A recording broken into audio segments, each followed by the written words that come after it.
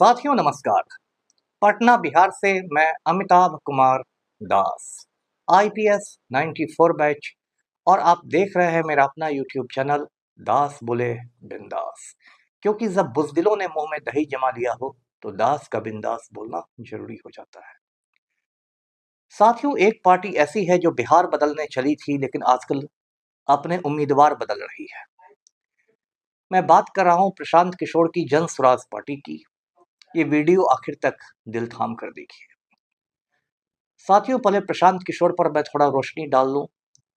ये प्रशांत किशोर हैं जिनका पूरा नाम प्रशांत किशोर पांडे है, और पहले ये संयुक्त राष्ट्र में काम करते थे। यूनाइटेड नेशंस, आप जानते हैं, एक अंतर्राष्ट्रीय संगठन है, और उसकी ओर से इन्होंने अफ्रीका में काफ़ी समय तक काम किया। उसी दौरान इनकी मोहब्बत भी हुई डॉक्टर जाह्नवी दास से, जो आज इनकी वाइफ हैं। और प्रशांत किशोर ने बाद में एक संस्था बनाई, IUPAC, Indian political action committee, और उसके बाद वे चुनावी रणनीतिकार बन गए। मतलब वो राजनीतिक दलों को गुरु मंत्र देने लगे चुनाव जीतने के, और बदले में वो अच्छी खासी गुरु दक्षिणा भी लेते थे। कभी उन्होंने भाजपा को गुरु मंत्र दिया, कभी जदयू को गुरु मंत्र दिया, कभी कांग्रेस को दिया, कभी तृणमूल कांग्रेस को दिया, कभी किसी को, और गुरु दक्षिणा के रूप में अच्छी खासी उनकी दौलत इकट्ठी हुई। बीच में वो जनता दल यूनाइटेड में शामिल भी हुए थे, और पलटू राम ने उन्हें पार्टी का राष्ट्रीय उपाध्यक्ष भी बनाया था। उसके बाद प्रशांत किशोर ने आज से 2 बरस पहले 2 अक्टूबर 2022 को पश्चिमी चंपारण के भितहरवा आश्रम से जन स्वराज पदयात्रा शुरू की। भितहरवा आश्रम की स्थापना गांधी जी ने की थी चंपारण सत्याग्रह के दौरान। जन स्वराज पदयात्रा में वो सैकड़ों गांव में गए, और काफी अच्छा खासा उनको रिस्पांस मिला, और इल्जाम भी उन पर लगे।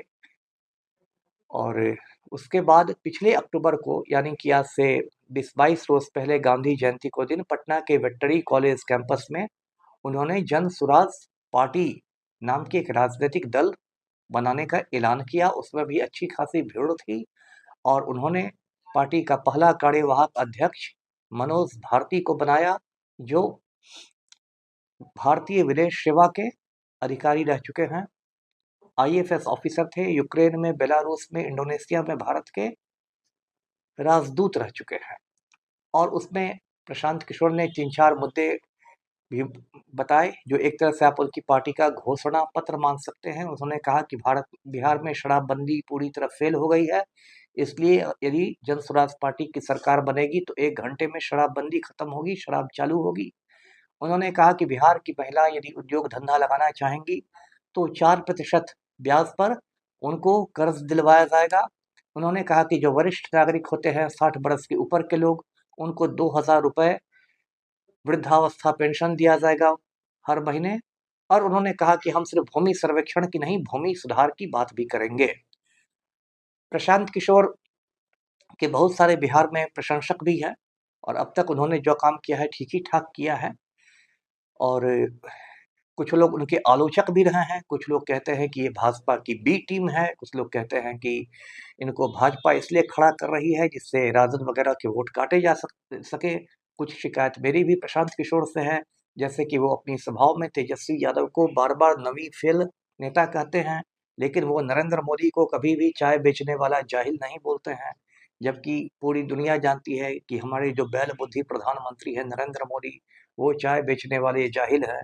उनकी कहीं ठीक से पढ़ाई लिखाई नहीं हुई, नरेंद्र मोदी की कोई ढंग की डिग्री नहीं है, और नरेंद्र मोदी ऐसे बैलबुद्धि हैं कि अभी 15 अगस्त को उन्होंने लाल किला से कह दिया था कि बिरसा मुंडा ने 1857 की क्रांति में हिस्सा लिया था, जबकि बिरसा मुंडा का जन्म ही 1875 में हुआ है। तो ऐसे जाहिल अनपढ़ प्रधानमंत्री के खिलाफ प्रशांत किशोर कभी नहीं बोलते हैं कि वो चाय बेचने वाला जाहिल है। तो खैर, ये सब बातें हैं। अब प्रशांत किशोर ने जो 4 उपचुनाव बिहार में होने वाले हैं, उस चारों में उम्मीदवार घोषित कर दिए। तरारी से उन्होंने उम्मीदवार घोषित किया आपको लेफ्टिनेंट जनरल रिटायर्ड एस के सिंह को, श्री कृष्ण सिंह को। बेलागंज से उन्होंने उम्मीदवार घोषित किया प्रोफेसर खिलाफत हुसैन को, जो गणित के रिटायर्ड प्रोफेसर हैं, और इमामगंज से कोई जितेंद्र पासवान जी को घोषित किया, रामगढ़ से सुशील कुशवाहा को घोषित किया। इसी तरह चारों सीटों पर उन्होंने अपने चुनाव में प्रत्याशी उतार दिए। लेकिन उसके बाद जो कुछ हुआ उससे पार्टी की बड़ी फजीहत हो गई, बड़ी किरकिरी हो गई। संस्कृत में एक कहावत है, प्रथम ग्रासे मक्षिका पाता, पहले ही कौर में मक्खी गिर गई। तो थोड़ा बहुत यही हो गया जनसुराज पार्टी के साथ।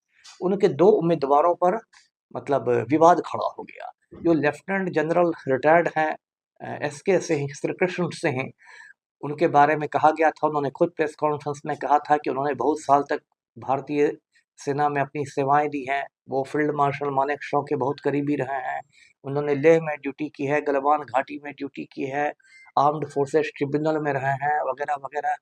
लेकिन पता चला कि उनका नाम, लेफ्टिनेंट जनरल साहब का नाम ही मतदाता सूची में नहीं, वोटर्स लिस्ट में नहीं है। अब नियम यह है कि यदि आपको बिहार से चुनाव लड़ना है तो बिहार में मतदाता सूची में आपका नाम होना चाहिए।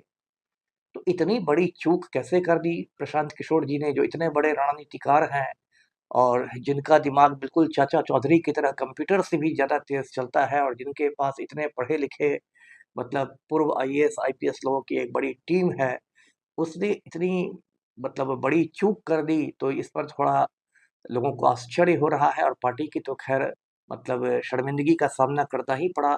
फिर प्रशांत किशोर ने कल परसों एक प्रेस कॉन्फ्रेंस की आरा में उसमें कहा गया कि नहीं, अब SK सिंह नहीं खड़े होंगे, अब उनकी जगह किरण सिंह खड़ी होंगी। और SK सिंह बड़े दार्शनिक अंदाज में नजर आए। उन्होंने कहा कि पहले मैं अर्जुन की भूमिका में था, अब मैं कृष्ण की भूमिका में हूँ, और किरण सिंह अर्जुन की भूमिका में है। मतलब SK सिंह हम लोग को महाभारत के कुरुक्षेत्र मैदान में ले गए, और उन्होंने कहा कि जिस तरह कृष्ण ने अर्जुन के सारथी बनने का काम किया था कुरुक्षेत्र के मैदान में, उसी तरह मैं किरण सिंह का सारथी बनूंगा, मार्गदर्शक बनूंगा। तो जो हो, इससे लेकिन पार्टी की छवि पर तो असर पड़ा ही है, और जो विरोधी हैं उनको हमलावर होने का एक मौका मिल गया है। अब किरण सिंह क्या गुल खिलाती है वो तो देखना पड़ेगा। वैसे तरारी में मैं पहले भी कह चुका हूँ कि बहुत खूंखार माफिया डॉन है बिहार का सुनील पांडे। उसका बेटा विशाल प्रशांत चुनाव में खड़ा है, उसे भाजपा ने खड़ा किया है। जो हिंदुस्तान के सबसे बेशर्म लोगों की पार्टी है भाजपा, उसने खड़ा किया है। और विक्रांत विशाल प्रशांत का एक पिक्चर वायरल हो चुका है जिसमें वो शस्त्र पूजा कर रहा है। उन शस्त्रों में एक कार्बाइन भी है, जो एक अवैध हथियार है। तो कम से कम विशाल प्रशांत से तो बेहतर उम्मीदवार ही किरण सिंह साबित होंगी। वैसे वहां से भाकपा माले के उम्मीदवार राजू यादव भी तराड़ी से हैं। अब आ जाइए बेलागंज।